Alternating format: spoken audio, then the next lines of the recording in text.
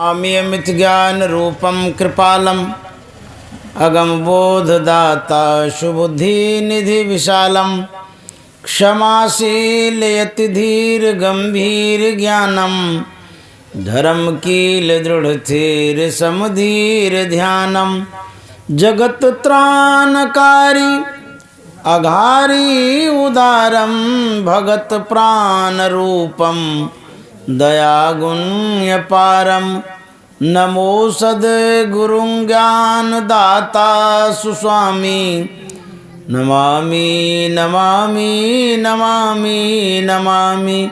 श्री सद्गुरु महाराज की जय।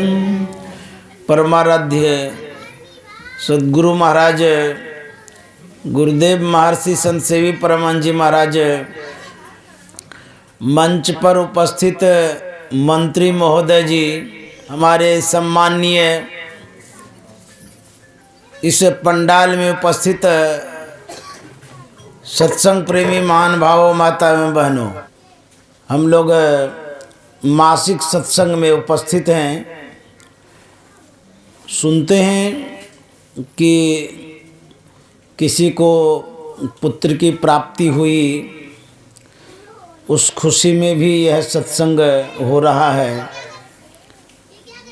उस माँ को भी धन्यवाद है, बच्चे को भी गुरु कृपा से वह पुत्र रत्न प्राप्त हुआ है। ऐसा गुरु महाराज ने बहुतों के जीवन में प्रदान किया है। संत ऐसा करते हैं। तो आज उस खुशी में भी सत्संग है।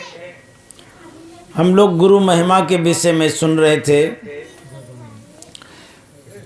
पल में कर दे निहाल भजो साध गुरु। गुरु एक क्षण में निहाल कर देते हैं। एक कवि ने बड़ा अच्छा लिखा है, गुरु से याचना की है, गुरु से मांग किए हैं। क्या मांगे हैं? सतगुरु तेरे चरणों की थोड़ी धूल जो मिल जाए, सतगुरु तेरे चरणों की थोड़ी धूल जो मिल जाए, सतगुरु तेरे चरणों की थोड़ी धूल जो मिल जाए, सच कहता हूँ भगवन तकदीर बदल जाए, सच कहता हूँ भगवन तकदीर बदल जाए, सतगुरु तेरे चरणों की। इसमें कहते हैं कि हे सद्गुरुदेव, आपके चरण में जो धूल है वह यदि मिल जाए तो तकदीर बदल जाएगी। इस पद से यही पता चलता है। चरण की जो धूल है वह कितने प्रकार की है, इस विषय में गुरु महाराज ने रामचरितमानस सारसटिक में लिखा है। 3 प्रकार की धूल होती है। एक धूल जो स्थूल धूल है, सड़क में पड़ी हुई रहती है, वह चरण में लगती है। माथे में भी जो टीका लगाते हैं वो भी धूल का ही एक प्रतीक है। भोले बाबा जो भस्म लगाते थे वो भी धूल ही है। यह स्थूल धूल है। गुरु महाराज ने कहा है कि एक सूक्ष्म धूल है जिसे नैसर्गिक आभा कहते हैं। तीसरा एक और धूल है जो प्रकाश रूप धूल है। 3 धूल का वर्णन है उसमें रामचरितमानस सारसटिक बालकांड में। तो जो स्थूल धूल है, यदि उसी धूल से तकदीर बदलने की बात सोच रहे हैं तो ये आपकी बड़ी भूल है। स्थूल धूल से किसी की तकदीर नहीं बदल सकती है। यह सूक्ष्म धूल है। वह धूल नैसर्गिक आभा रूप है। जब धूल सूक्ष्म है तो चरण भी सूक्ष्म होगा। गुरु महाराज ने लिखा है, पद नख बिंदु धरी, मन दृष्टि थिर करी, नख तेंदु भानु में गुरु रूप पावे। गुरु का रूप कैसा है? कहते हैं सूर्य और चंद्र के समान उसका पैड़ है, संत सदगुरु का। उसमें नख क्या है? कहते बिंदु। पद नख बिंदु धरी। तो जब हम बिंदु ध्यान करते हैं, मानस ध्यान करते हैं, तो वहाँ पर संत सदगुरु का जो चरण सूक्ष्म चरण है, उस चरण में जब हम अपनी दृष्टि को लगाते हैं, मन को जब जोड़ते हैं, वहाँ नैसर्गिक आभा रूप धूल मिलती है और उसी धूल से तकदीर बदलती है। अन्यथा बाहर की जो धूल है उससे कुछ भी नहीं बदल सकती है। इसीलिए कहते हैं सतगुरु तेरे चरणों की थोड़ी धूल जो मिल जाए, सच कहता हूँ भगवन तकदीर बदल जाए। सतगुरु तेरे चरणों की थोड़ी धूल जो मिल जाए, सतगुरु तेरे चरणों की। सुनता हूँ तेरी रहमत दिन रात बरसती है, सुनता हूँ तेरी रहमत दिन रात बरसती है। एक बूंद जो मिल जाए, एक बूंद जो मिल जाए, तकदीर बदल जाए। एक बूंद जो मिल जाए, तकदीर बदल जाए। सतगुरु तेरे चरणों की।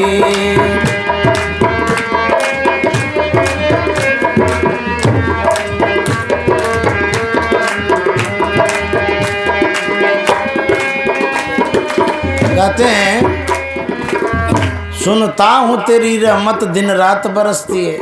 रहमत मन कृपा, रहम जो करते हैं, कृपा जो करते हैं, संत सदगुरु जो कृपा करते हैं, उस विषय में कहते हैं कि जैसे वर्षा होती हो उस तरह से आप कृपा करते हैं। कृपा जब करते हैं तो आघा देते हैं शिष्यों को, भक्तों को, सेवकों को। हे गुरुदेव, उस कृपा रूपी जो जल है उसका एक कण, एक बूंद हमें मिल जाए तो मुझे विश्वास है कि मेरा भाग्य बदल जाएगा। तो वह जल स्थूल जल नहीं है जो बाहर में वर्षा हम देखते हैं, उसका जो जल है वह स्थूल जल नहीं है, ये सूक्ष्म जल है, कृपा रूपी जल है। जब वर्षा होती है तो भीजता कौन है? जो खुले बदन होता है। छाता लेंगे तो नहीं भीजेंगे, प्लास्टिक और लेंगे तो नहीं भीजेंगे। कोई आवरण रहेगा तो आप नहीं भीज सकते हैं, निरावरण रहेंगे तभी भीज सकते हैं। तो कृपा रूपी बूंद में भीजता कौन है? कबीर साहब ने लिखा है कि भजन में होत आनंद आनंद, बरसद विशद अमी के बादर, भीजत है कोई संत। साधारण आदमी नहीं भीजते हैं, संत भीजते हैं। क्यों? उनके ऊपर कोई आवरण ही नहीं है। भिद्यते हृदय ग्रंथि छिद्यंते सर्व संशया, क्षीयंते चास्य कर्माणि तस्मिन् दृष्टि परावरे। उनके अंदर का जो आवरण है छिन्न भिन्न हो जाता है। कोई आवरण ही नहीं रहता। स्थूल सूक्ष्म कारण महाकारण कैवल्य, ये जो आवरण है इनसे वो दूर होते हैं। बच्चा जब खुले बदन नहाता है उसको आनंद आता है क्योंकि उसके ऊपर आवरण नहीं है, तो सीधे बूंद बूंद के शरीर पर पड़ता है। ठीक उसी तरह से एक कृपा का जो बूंद है संत सदगुरु के शरीर पर पड़ता है क्योंकि आवरण नहीं है उनके ऊपर, इसीलिए उनको आनंद भी आता है। तो कृपा का बूंद उसी के ऊपर पड़ेगा या उस बूंद से लाभान्वित वही होंगे जो अपने को आवरण से ऊपर उठा लिए हैं, हटा लिए हैं। इसलिए कहते हैं सुनता हूँ तेरी रहमत दिन रात बरसती है, सुनता हूँ तेरी रहमत दिन रात बरसती है। एक बूंद जो मिल जाए, एक बूंद जो मिल जाए, तकदीर संवर जाए। एक बूंद जो मिल जाए, तकदीर संवर जाए। सतगुरु तेरे चरणों की थोड़ी धूल जो मिल जाए, सच कहता हूँ भगवन तकदीर बदल जाए।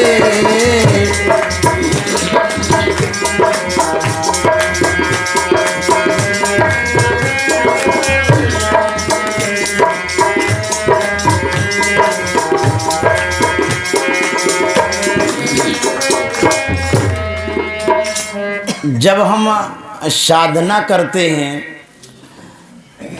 साधक को पता चलता है कि मन कितना बदमाश है, मन बहुत चंचल है। ध्यान करने वाले को ही पता चलता है कि मन चंचल है, साधारण आदमी को पता भी नहीं चलता है। आप दिन रात मन की ही बात करते हैं, बच्चा भी मन की बात करता है कि मम्मी मन नहीं लगता है, मन रसगुल्ला खाने का है, मन घूमने का है।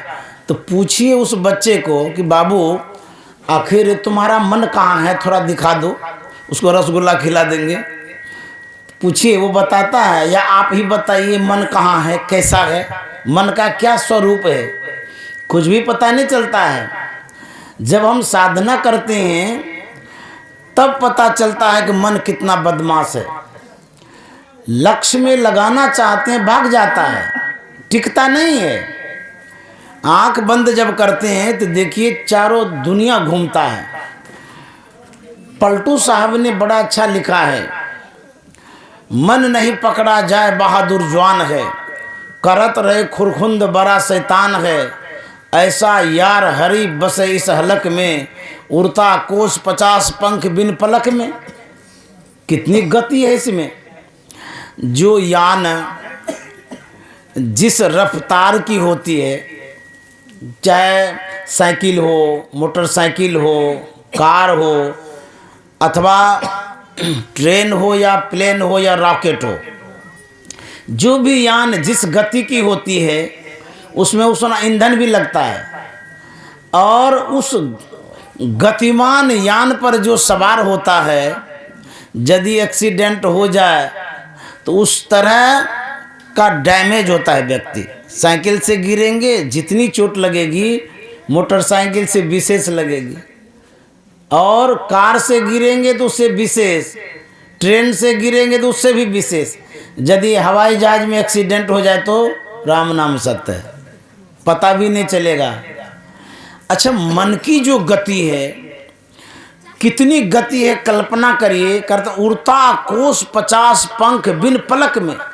आँख जो मटक मटक करता है ना, एक बार गिरता उठता है, इसको पल कहते हैं। इतने पल में 50 कोस ये भागता है। इस गति का कोई रॉकेट अभी तक नहीं बना है। अब बुझिए, इसमें जब इतनी गति है, ये ईंधन भी तो खाता होगा, शक्ति भी तो लेता होगा, लेता है। हमारे शरीर में जो शक्तियां हैं, इसी शक्ति से तो मन संचालित होता है। इतना गतिमान है। तो जब हवाई जहाज से गिरते हैं तो था पता नहीं रहता है, अब मन से कहीं गिर गए तो गए काम से। सब कोई मन पर नहीं सवार होता है। कहते हैं जो मन पर असवार है बिरला साधु एक। सब कोई नहीं, कोई बिरला साधु मन पर सवार होता है। हम लोग साधारण आदमी तो मन का पता भी नहीं लगा पाए तो सवार कैसे होंगे। बदमाश घोड़ा है ये, इस पर चढ़ना बड़ा मुश्किल है। सावधानी से चढ़िएगा, नहीं तो उठा के पटक देगा, पटकेगा तो उठने भी नहीं देगा। यह मन जालिम जोरेरी बरजे नहीं माने, यह मन जालिम जोरेरी बरजे नहीं माने, बरजे नहीं माने, बरजे नहीं माने, बरजे नहीं माने, बरजे नहीं माने, बरजे नहीं माने, बरजे नहीं माने। यह मन जालिम जोरेरी बरजे नहीं माने, यह मन जालिम जोरेरी बरजे नहीं माने, यह मन जालिम।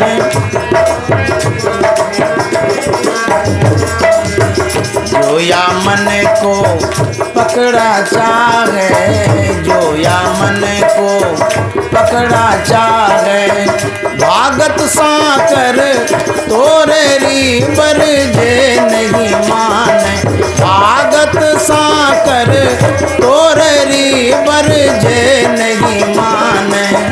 यह मन जालिम जोरेरी बरजे नहीं माने, यह मन।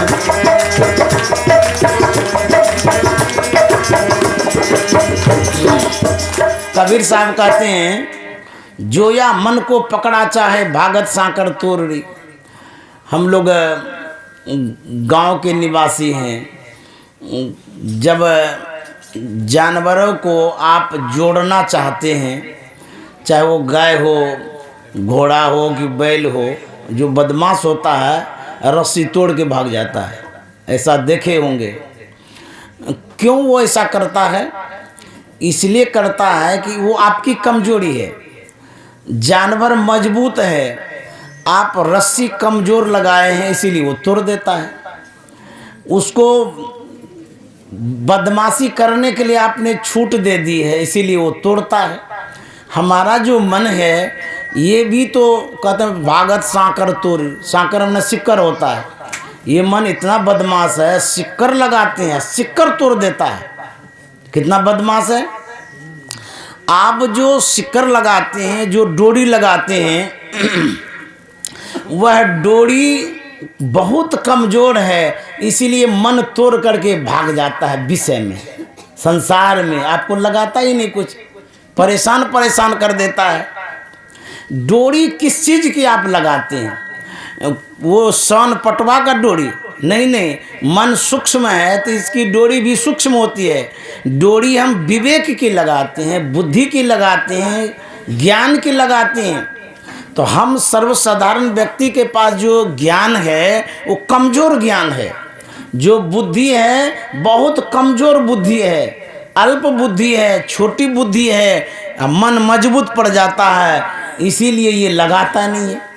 बुद्धि को यदि स्ट्रॉन्ग करना चाहते हैं, मजबूत करना चाहते हैं, तो इसके लिए सत्संग की आवश्यकता है। सत्संग जब करेंगे तो बुद्धि बढ़ेगी और मजबूत भी होगी। तो ये जो डोरी है कमज़ोर है। कबीर साहब ने इसको क्या कहा?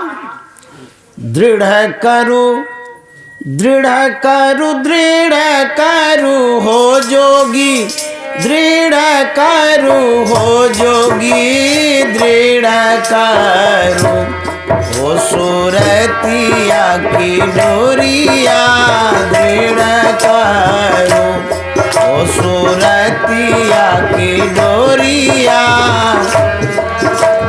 दृढ़ करो, दृढ़ करो, दृढ़ करो हो जोगी, दृढ़ करो हो जोगी, दृढ़ करो हो सुरतिया की डोरिया, दृढ़ करो।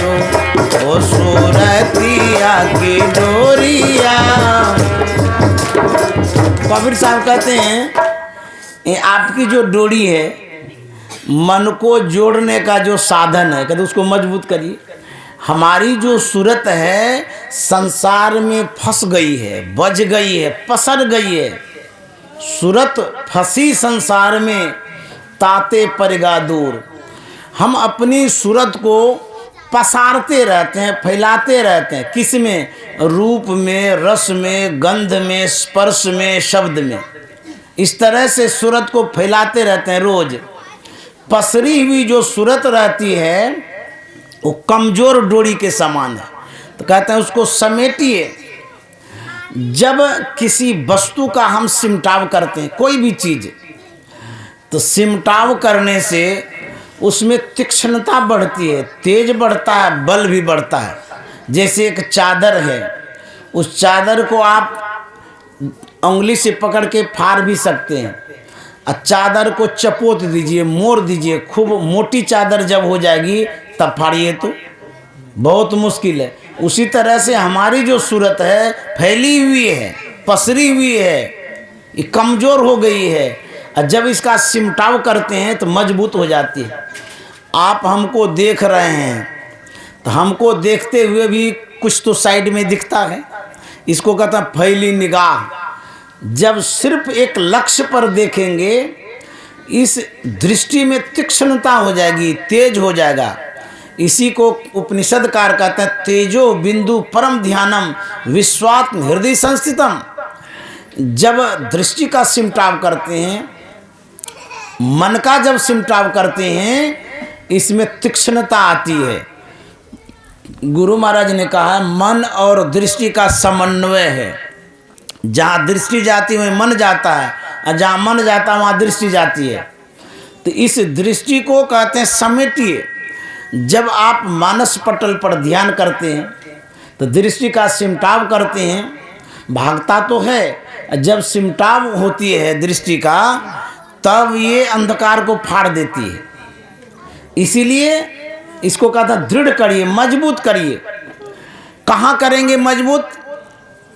कबीर साहब बताते हैं गगन मंडल में आसन करू हो जोगी, आसन करू हो जोगी। त्रिकुटी में जोगी धरहूँ ध्यान माँ, त्रिकुटी में जोगी धरहूँ ध्यान माँ, त्रिकुटी में।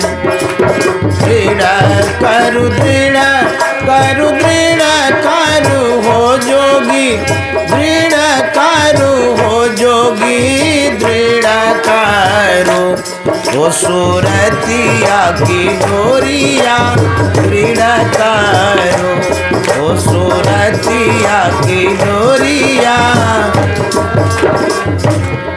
एक जगह सत्संग हो रहा था। एक वयोवृद्ध महात्मा मंच पर उपस्थित थे। ऐसे ही भीड़ लगी हुई थी। गांव में सत्संग था। पास में एक बूढ़ी थी।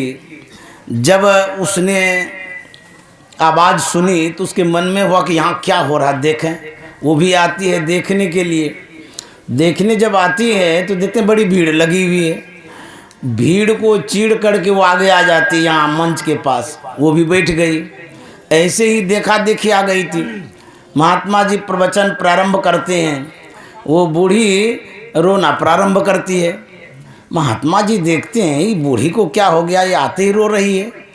तो महात्मा जी सोचने लगे कि ये जो है बहुत श्रद्धावान है, संस्कारी है और बहुत समझदार है, ये इसीलिए रो रही है हमारे प्रवचनों को सुन करके। हमको एक ही श्रोता अच्छा मिला, ये देखिए भाव विह्वल होकर के रो रही है। महात्मा जी प्रवचन करते जा रहे हैं, वो रोती जा रही है। महात्मा जी बड़ा गदगद कि वाह हमारे प्रवचन को सुन के रो रही है, तो हमारा प्रवचन इसको मतलब समझ में आ गया है। फिर सोचती है कि महात्मा जी सोचते हैं कि अभी तो नहीं, जब प्रवचन पूरा कर लेंगे तब इससे पूछेंगे कि आखिर रो क्यों रही थी।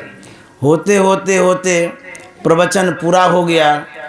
महात्मा जी पूछ बैठे कि माता जी आप जब से आई सत्संग में, सामने में ही बैठी, उसी समय से आप रोना प्रारंभ कर दिए। आप बड़े संस्कारी जैसे लगते हैं, भावुक हैं, बड़े श्रद्धावान हैं आप हैं, जो मेरे प्रवचनों को सुन करके आप रो रही थी। आखिर आप बताइए तो क्या मन में भाव आया? वो बुढ़िया कहती है कि बाबा आपने जो कुछ भी कहा मुझे एक भी बात समझ में नहीं आया। बोले राम राम राम। क्यों? बोले कि हम कुछ भी नहीं समझे, हम पढ़े लिखे नहीं हैं। बोले तब रो क्यों रहे थे? बोले क्या कहेंगे, रो इसलिए रहे थे, मेरे पास एक बड़का खसिया था, पठवा बहुत बड़ा था, कुछ दिन पहले ही मर गया, बेचते तो बहुत पैसा आता। और पुराना पाठा था, उसकी भी दाढ़ी लंबी लंबी थी, सफ़ेद दाढ़ी थी। आप जब प्रवचन प्रारंभ किए ना, आपकी जैसे ही दाढ़ी हिली तो हमको पठवा याद आ गया। बोले राम राम चौपट कर दिया ये क्या सत्संग सुने ऐसे भी श्रोता सब आते हैं, इसीलिए ध्यान से सुना करिए। इसमें कहा गया है कि यह मन बड़ा चंचल है, कहीं भी भाग जाता है। ये मन कितना चंचल है, मन बड़ा चंचल है, कैसे ध्यान करूं तेरा, यह मन बड़ा चंचल है, कैसे ध्यान करूं तेरा, जितना इसे समझाऊं, जितना इसे समझाऊं, उतना ही मचल जाए, जितना इसे समझाऊं, उतना ही मचल जाए।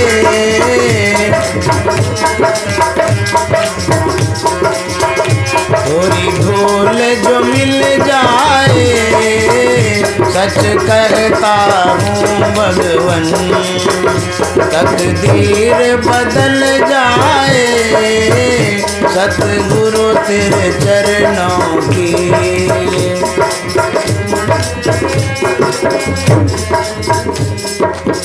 यह मन कितना चंचल है।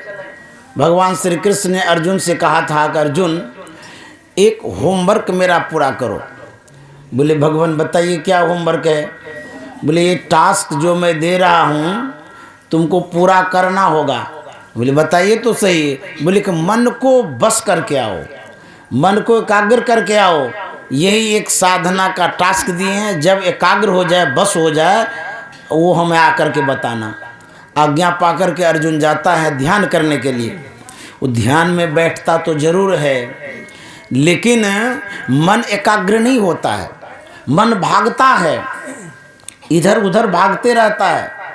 आंख बंद करके जब बैठते हैं, उसी समय न जाने कौन कौन सी बातें याद आती है, कहाँ कहाँ की बातें याद आती है। बड़ा मुश्किल है इस मन को बस करना। अर्जुन प्रयास तो कर रहा था, प्रयास करते करते करते वो हार गया। अंतिम में वो ध्यान करना छोड़ दिया। उसके बाद भगवान श्री कृष्ण के पास जाकर के कहता है, भगवान मैंने होमवर्क पूरा नहीं किया। बोले क्यों? अरे तू इतना बड़ा धनुर्धर है, महाभारत की लड़ाई क्षण भर में समाप्त करने वाला है, तुम गांडीवधारी हो, इतना वीर योद्धा होकर के एक साधारण सा मन को बस नहीं कर पाया। अर्जुन कहता है भगवान ये मन साधारण नहीं है, पहले मुझे पता नहीं था। जब मैं ध्यान करने के लिए बैठा, मन को जब एकाग्र करने लगा, तब मुझे पता चला मुझसे भी विशेष वीर बहादुर मेरा मन ही है। भगवान संसार पर विजय प्राप्त करना बहुत सिंपल है, साधारण है, लेकिन मन पर विजय प्राप्त करना बहुत टफ है, बहुत कठिन है। इसीलिए मैं इसे बस नहीं कर पाऊंगा। चंचलं ही मन कृष्णा परमाति बलवर्धनम, ये साधारण थोड़ो है, बहुत चंचल है। परमाथि कहते जैसे दही को ने मथते हैं, वैसे ही मन मथ देता है साधक को, परमाथि। और बलवद्रम, ये शक्तिशाली है, साधारण मन नहीं है। इससे लड़ना वीरों का काम है। संसार पर विजय प्राप्त हम कर सकते हैं, महाभारत लड़ सकते हैं, लेकिन मन से लड़ना बड़ा कठिन है, बहुत मुश्किल है। आओ वीरो मर्द बनो, अब जेल तुम्हें तजना होगा। मन निग्रह के समर क्षेत्र में सन्मुख थिर डटना होगा। गुरु महाराज ने कहा है, ऐ वीरो बहादुर, क्यों हिम्मत हारते हो? साहसी बनो, आगे बढ़ो। मन निग्रह के समर क्षेत्र में सन्मुख थिर डटना होगा। कहते हैं जब मन का निग्रह करते हैं, मन को जो समेटते हैं, ये समर क्षेत्र लड़ाई का मैदान है। इस लड़ाई के मैदान में तुम डटे रहो, हटो नहीं। तुम वीर हो, बहादुर हो, विजय मिलेगी। तुम डटे रहोगे तब, एक तो परिश्रम से, एक कृपा से। जब आप परिश्रम करेंगे, मेहनत करेंगे, तो गुरु की कृपा होगी, आपको सफलता मिलेगी। पल में कर दे निहाल भजो साध गुरु। कहते हैं कि ये मन बहुत चंचल है, बस करना बहुत कठिन है, लेकिन बस करते हैं, साधक करते हैं, संत करते हैं। इसलिए कहते हैं, गुरु महाराज कहते हैं कि लड़ो। इधर उधर तो मन भागता है, कहते जय जय मन भाग जाए, ताहि तह तह से तत्क्षण फेरी फेरी ले आए लगाइए ध्येय में आपन। मन भागता है, उसको समेट करके लगाइए। जब लगाते रहेंगे, अभ्यस्त जब हो जाएगा तब आसान हो जाएगा। साधारण होता तो सब कोई कर लेते, कठिन है तब ये तो कहा जाता है कि लगे रहिए। गुरु महाराज कहते हैं, बिंदु राह से निकल बहादुर, तब मंडल टपना होगा। बिंदु का जो रास्ता है, उसी होकर के परमात्मा तक जा सकते हैं। कहते वक्त नहीं है वीरो अब गाफिल होकर सोने का। अब समय नहीं है, यदि सोए रहेंगे तो बहुत देर हो जाएगी और दूर हो जाएगी, फिर मुश्किल हो जाएगा। साधना करते हैं, सफलता जब नहीं मिलती है तो प्रार्थना करनी चाहिए। प्रार्थना में एक बल है, वो कृपा होती है उस समय। तो आप अपना प्रयास कर रहे हैं, सफलता नहीं मिल रही है तो प्रार्थना करिए। गुरु महाराज ने कहा है ना, गुरु मम सूरत को गगन पर चढ़ाना, दया करके सतधुन की धारा गहाना। गुरु महाराज ने विनती की है, प्रार्थना किया है गुरु महाराज से, बाबा देवी साहब से। तो प्रार्थना जब करेंगे उनकी अवश्य कृपा होगी। तो प्रार्थना करने से मिलेगा। जब हम फिसल जाते हैं, असफल हो जाते हैं, तो गुरुदेव से प्रार्थना करते हैं। यह कहते हैं कि मैंने तो कुछ नहीं कर पाया, क्या हमको आप अपने नजरों से गिरा देंगे? कहता नजरों से गिराना ना, चाहे जो भी सजा देना। नजरों से गिराना ना, चाहे जो भी सजा देना। नजरों से जो गिर जाए, नजरों से जो गिर जाए, मुश्किल है संभल पाना। नजरों से जो गिर जाए, मुश्किल है संभल पाना। सतगुरु तेरे चरणों की थोड़ी धूल जो मिल जाए, सच कहता हूँ भगवन, तकदीर बदल जाए। सतगुरु तेरे चरणों की थोड़ी धूल जो। कहते हैं, हे गुरुदेव, संसार के लोग तो स्वयं गिरे हुए हैं, मुझे वो क्या उठाएंगे? उठे हुए तो आप हैं। आप अपने नज़रों से मुझे गिराइएगा नहीं। यदि अपने नज़रों से आप गिरा देंगे तो मुझे कोई उठा नहीं सकता है। इसीलिए आप नज़रों से नहीं गिराइएगा। भले हमारी साधना पूरी नहीं हुई हो, लेकिन आप अपने नज़रों में बना के रखिए, कृपा दृष्टि बना के रखिए, नहीं तो मुझे उठाने वाला दुनिया में कोई नहीं है। एक गुरुजी था, वह शिष्यों के साथ, चेला के साथ नदी पार कर रहा था। नदी में तेज धाराएं थी। गुरुजी आगे आगे, चेला जी पीछे पीछे। गुरुजी डगमगाने लगे, पैर लड़खड़ाने लगा। गुरुजी ने कहा चेला से कि चेला राम मेरी बाह को पकड़ो, नहीं तो मैं इस धाराओं में डूब जाऊंगा। तो चेला सुन तो लिया लेकिन पकड़ा उकड़ा नहीं। गुरुजी फिर आगे बढ़े। फिर गुरुजी ने कहा अरे तुमको कहते हैं पकड़ो मेरी बाह को, नहीं तो मैं डूब जाऊंगा। फिर भी नहीं पकड़ा। फिर जाकर के गुरुजी आगे बढ़े। फिर कहता अरे मेरी बाह को पकड़ता नहीं है, तुम सुनता है खाली, बोलता भी नहीं है, पकड़ता काहे नहीं है? फिर भी नहीं पकड़ा। गुरुजी को गुस्सा आया, बाह को पकड़ा, घिंचते घिंचते सूखे जमीन में ले जाके पटक दिया। बोला बेवकूफ कहीं का, तुम खाली सुनता रहता है, मेरी बाह को कान पकड़ा मैं डूब जाता। तो शिष्य कहता है कि गुरुदेव ये तो छोटी मोटी नदियां हैं, आप तो भवसागर से पार करते हैं, न आप डूबेंगे न डूबने देंगे, इसी विश्वास से आपका बाह मैंने नहीं पकड़ा। मेरी बाह में कहाँ दम है जो आपको मैं पार करूँगा?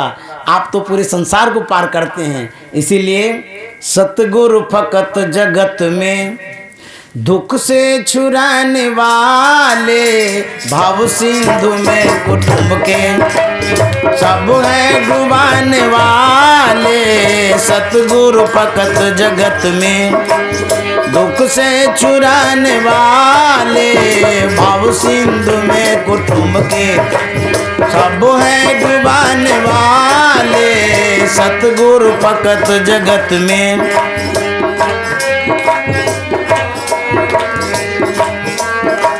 माता पिता तुम्हारे क्रिया व सुत विचारे, माता पिता तुम्हारे क्रिया व सुत विचारे, माता पिता तुम्हारे क्रिया व सुत विचारे।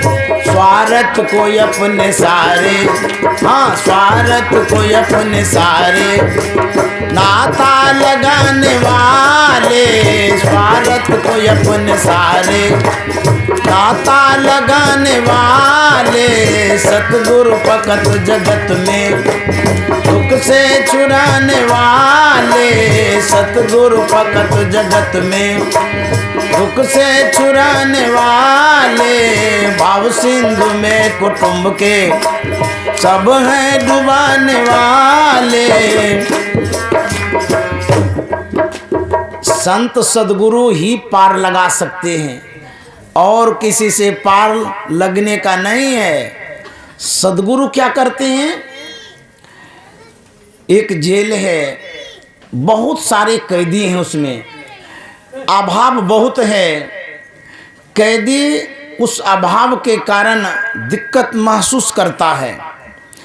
कोई व्यक्ति जाता है, अन्न का अभाव होने के कारण पौष्टिक आहार की व्यवस्था कर देता है, कोई दानी दे दिया।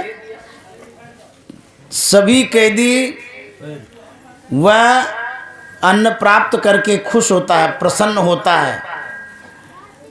कोई व्यक्ति जाता है, जल के अभाव को दूर कर देता है, कैंटारो लगा देता है, शुद्ध पेयजल का व्यवस्था कर देता है। वह पाकर के सब कैदी खुश हो जाता है। कोई व्यक्ति जाता है, औषधि का प्रबंध कर देता है, उपचार का प्रबंध कर देता है, वह पाकर के सब कैदी खुश हो जाता है। कोई जाता है, जाड़े गर्मी का उत्तम वस्त्र प्रबंध कर देता है, यह पाकर के खुश हो जाता है। इस तरह से जो कुछ भी अभाव उस जेल में कैदियों को था, सभी की आपूर्ति लोग कर देते हैं, वह पाकर के सभी कैदी खुश हो जाता है। लेकिन कैदी के मन में एक बात की खटका हो जाती है, कहेंगे सब चीज़ मिलिएगा तो अब क्या खटका रहा। कैदी के मन में कभी कभी यह होता है, सब कुछ तो मिल ही गया है, आखिर तो जेल में है, इस बात का खटका रहता है ना। वो सोचता है कि मिलता तो सब कुछ है लेकिन है तो जेले में। एक कोई सज्जन जाते हैं, वो कुछ देते नहीं, प्रबंध नहीं करते हैं, सिर्फ पैरवी कर देते हैं और जेल से उसको बाहर कर देते हैं। कैदी को कहिए कि आपको तो सब कुछ जेल में मिल ही रहा था, आप बाहर क्यों हो गए और जेल में चले जाइए। बोले नहीं नहीं, जेल में सब कुछ भले मिल रहा था, हम परिवार के साथ नमक रोटी खाएंगे, घर में रहेंगे, वहीं अच्छा लगेगा। उस कैदी से पूछे कि आपका उपकार जो बहुत लोग किए, पानी का, अन्न का, कपड़ा का, दवाई का, उसका उपकार और जो सिर्फ बाहर कर दी उसका उपकार, दोनों में कितना अंतर है? बोले आसमान धरती का फर्क। जेल में जो उपकार किया उससे जो बाहर कर दिया वो लाखों गुना अधिक अच्छा किया। हम बाहर आ गए, वो सबसे बढ़कर के उपकार हुआ। तो संत सदगुरु यही करते हैं, वो कुछ देते तो नहीं है लेकिन युक्ति देते हैं, तरीका देते हैं, भजन भेद बतला देते हैं, राज बतला देते हैं इस शरीर और संसार रूपी कैद खाने से निकलने का, बाहर होने का। आपको परिवार अन्न देता है, वस्त्र देता है, आवास देता है, सब प्रबंध कर देता है, सब सुख है आपके पास, लेकिन एक खटका मन में लगा रहता है। क्या? वह खटका यह है आखिर एक दिन मर जाएंगे। ये रहता है ना खटका मन में, सब चीज है लेकिन फिर भी मन में खटका है एक दिन मर जाएंगे। ये मौत से कौन बचाएगा? तो संत सदगुरु इसी का इलाज करते हैं कि आवागमन से छुटा देते हैं, न जन्म लेंगे न मृत्यु होगी। यही सदगुरु का काम है। तो कबीर साहब कहते हैं संसार में लोग आपको बहुत कुछ देता है, लेकिन संत सदगुरु जो देता है वैसा कोई नहीं देता है। अब तो सगे घनेरे कहता है जिनको मेरे, अब तो कहता है जिनको मेरे, अब तो सगे घनेरे कहता है जिनको मेरे, आखिर को न कोई तेरे नहीं काम आने वाले, आखिर को न कोई तेरे नहीं काम आने वाले। सतगुरु फकत जगत में दुख से छुड़ाने वाले, भाव सिंधु में कुटुंब के सब है डुबाने वाले। सतगुरु फकत जगत में दुख से छुड़ाने वाले, सतगुरु फकत जगत।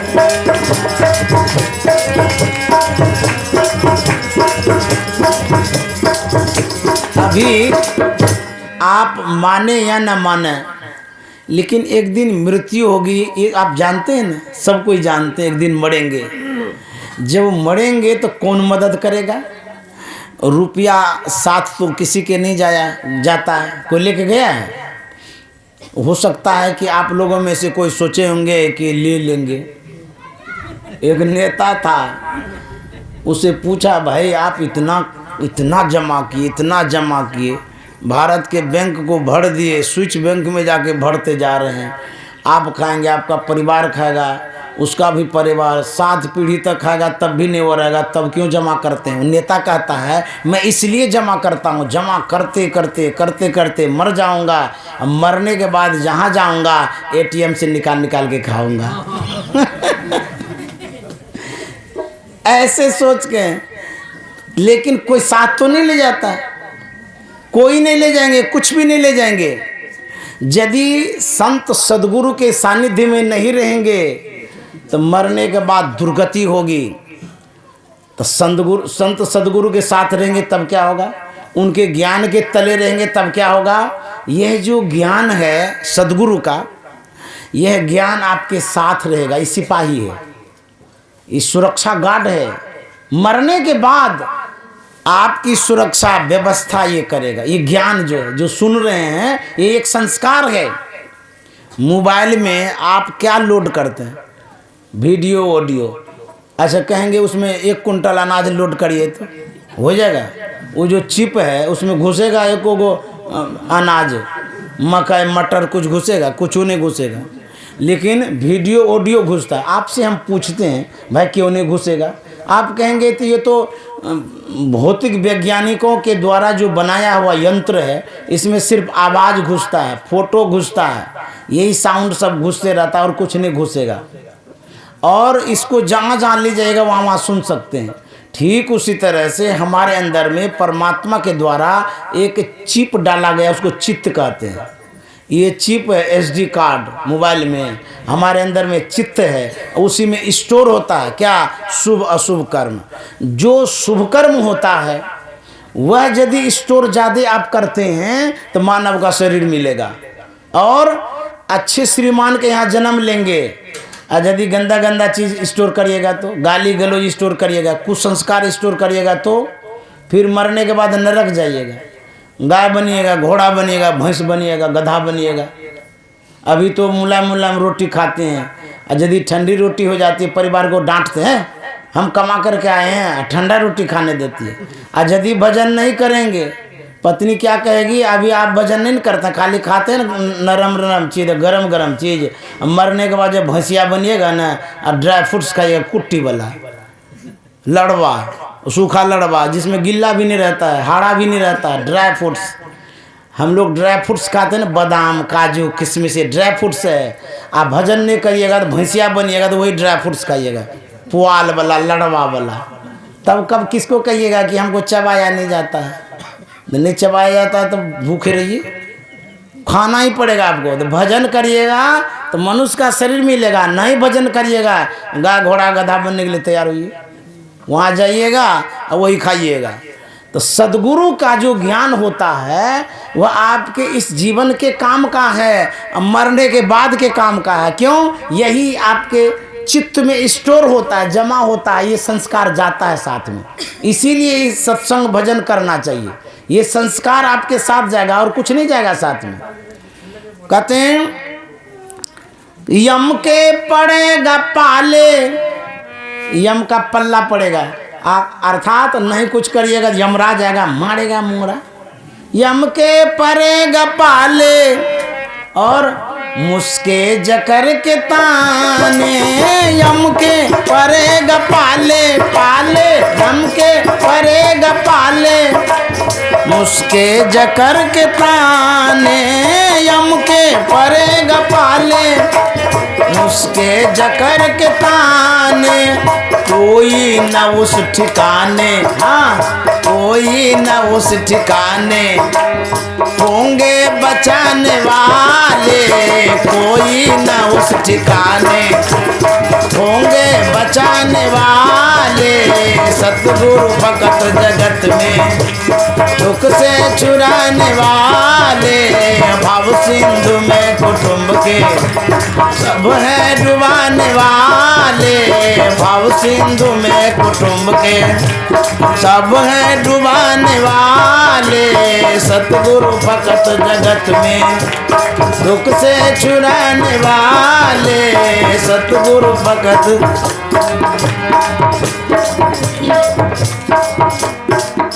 कबीर साहब के पद को दिमाग में अटा लीजिए। क्या कह रहे हैं कबीर साहब? खाली गा रहे हैं, सुन रहे हैं, ऐसी बात नहीं है।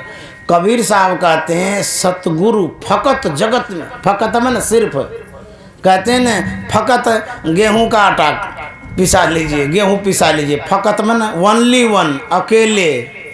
कहते हैं सदगुरु फकत, इस परिवार के जेड़े में फकत एक ही व्यक्ति संत सदगुरु बचा सकते, यही कबीर साहब कहते हैं। जितना परिवार कुटुंब है, कहते हैं भव सिंधु में कुटुंब के सब हैं डुबाने वाले। कबीर साहब कहते सब डुबाने वाला है। जितना आपका बेटा है, बेटी है, बहू है, पत्नी है, परिवार है, सब डुबाने वाला है। कबीर साहब कहते हैं फकत ओनली वन, सिर्फ संत उबारने वाले, सदगुरु फकत जगत में दुख से छुड़ाने वाले। कौन दुख से छुड़ाएंगे? संत सदगुरु। कबीर साहब कहते हैं यम के पड़ेगा पाले, नहीं भजन करिएगा तो यमराज आएगा, और उसका जब पल्ला पड़ेगा ना, जब किडनैप करता है ना, जब बदमाश का पल्ला पड़ता है तब नाना याद आता है। उस समय किसको याद करेंगे? पुलिस को, दरोगा को, कोई काम नहीं आता है। ले जाता है जंगल में, खूब कूटता है, मारता है इतना कि उस समय कोई नहीं छुड़ाने वाला मिलेगा। संत सदगुरु यदि आपके जीवन में है, इस शरीर में भी काम आएगा, मरने के बाद काम आएगा। ये ज्ञान जो गुरु का है ये साथ जाता है। गुरु को आप सिर्फ स्थूल रूप में मत जानिए। जो शरीर है यही खाली गुरु नहीं है, गुरु बहुत प्रकार का होता है। गुरु महाराज ने लिखा है, अंतर के अंतिम तह में गुरु है, मन पता पाता नहीं, नैनों के तिल में ज्योति उनकी नजर में आता नहीं, अंतर के अंतिम तह में गुरु है, मन पता पाता नहीं, अंतर के अंतिम तह में। अंग संग हर वक्त रहता, प्रगट हो आता नहीं, अंग संग हर वक्त रहता, प्रगट हो आता नहीं, हो रहे हैरान सागिल, हो रहे हैरान सागिल, जल्द दिखलाता नहीं, अंतर के अंतिम तह में गुरु है, मन पता पाता नहीं, नैनों के तिल में ज्योति उनकी नजर में आता नहीं, अंतर के अंतिम तह में गुरु है, अंतर के अंतिम तह में गुरु महाराज क्या कह रहे हैं? अंतर के अंतिम तह में गुरु हैं, मन पता नहीं, मन को भी नहीं पता लगता है उस गुरु के विषय में। जो परमात्म गुरु निकट विराजे, जाग जाग मन मेरे, परमात्मा रूपी जो गुरु है वो आपको हर वक्त साथ देगा। इसीलिए गुरु का संग करिए, और नहीं करिएगा तो कबीर साहब कहते हैं, यम के परेगा पाले, और मुस्के जकर के ताने, रेजाई ओढ़ के सोए हुए हैं, घुस करके सोए रहते हैं, निकलना नहीं चाहते हैं, ध्यान भी नहीं करेंगे उस समय, एकदम सोए ही रहेंगे, उठेंगे भी नहीं, चादर तान के सोए जो रहते हैं उसके मुस्के जकर के ताने, तब कोई ना उस ठिकाने होंगे बचाने वाले। यदि सोए रहेंगे तो उठाएगा कौन, और यदि नहीं उठेंगे तो कौन बचाएगा? कहते एक सदगुरु बचाएंगे। यदि आप सदगुरु के शरण में रहते तो वही बचाएंगे और कोई नहीं। पाके मनुष्य तन को कर ले पवित्र मन को, पाके मनुष्य तन को कर ले पवित्र मन को, पाके मनुष्य तन को कर ले पवित्र मन को, फूले न देख धन को, हाँ फूले न देख धन को, दौलत कमाने वाले फूले न देख धन को, दौलत कमाने वाले सतगुरु फकत जगत में, दुख से छुड़ाने वाले सतगुरु फकत जगत में, दुख से छुड़ाने वाले भव सिंधु में कुटुंब के सब है डुबाने वाले सतगुरु फकत जगत में, दुख से छुड़ाने वाले सतगुरु फकत जगत में। 9:06 हुआ है। आप लोगों के मन में 9 तो नहीं हो रहा है, लेकिन अब समाप्त करेंगे, आगे नहीं बढ़ेंगे, बहुत समय हो गया है। अब कबीर साहब अंतिम में क्या कह गए हैं वही 2 लाइन सुना के समाप्त करूंगा।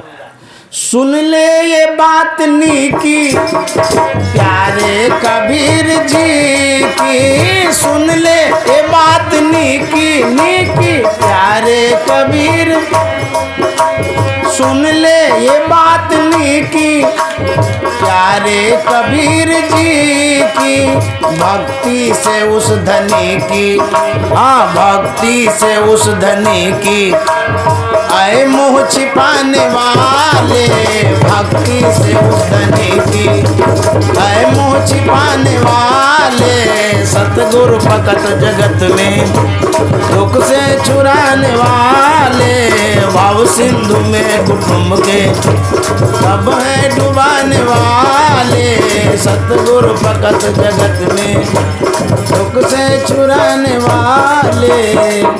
श्री सद्गुरु महाराज की। आप लोगों को बहुत बहुत धन्यवाद, साधुवाद। मासिक सत्संग में आप लोग पूरे मन से सत्संग करने के लिए आए हैं। आप लोगों के अंदर में संत सद्गुरु का ज्ञान है। आप लोग पुराने सत्संग प्रेमी हैं। गुरु ज्ञान को जो अंदर में बैठा के रखे हैं, आपका तो कल्याण होगा ही होगा। आपके साथ जो बैठे हुए हैं सबका कल्याण होगा, क्योंकि हमारे गुरु महाराज का जो ज्ञान है वह एक उत्तम संस्कार है। भक्ति का वो बीज है, वो साथ लेकर के जाएंगे। भले आप भजन पूरा न कर पाए हों, लेकिन आपने जो दीक्षा लिया है, सत्संग का जो संस्कार आपके अंदर में पड़ा हुआ है, गुरु महाराज ने कहा कि मनुष्य का शरीर मिलेगा, इतना तो गारंटी है। तो हम लोग कहीं इधर उधर शरीर में नहीं जाएंगे। सिंहनी का दूध सोने के कटोरे में टिकता है, उसी तरह से संत सद्गुरु का जो बीज है मानव शरीर में ही टिकता है। हम लोगों को फिर मानव शरीर ही मिलेगा, क्योंकि हमने सद्गुरु का बीज लिया है। तो आप लोगों को बहुत बहुत धन्यवाद जो आज सत्संग कराए हैं। जिनको पुत्र रत्न की प्राप्ति हुई है उनके लिए भी बहुत बहुत धन्यवाद।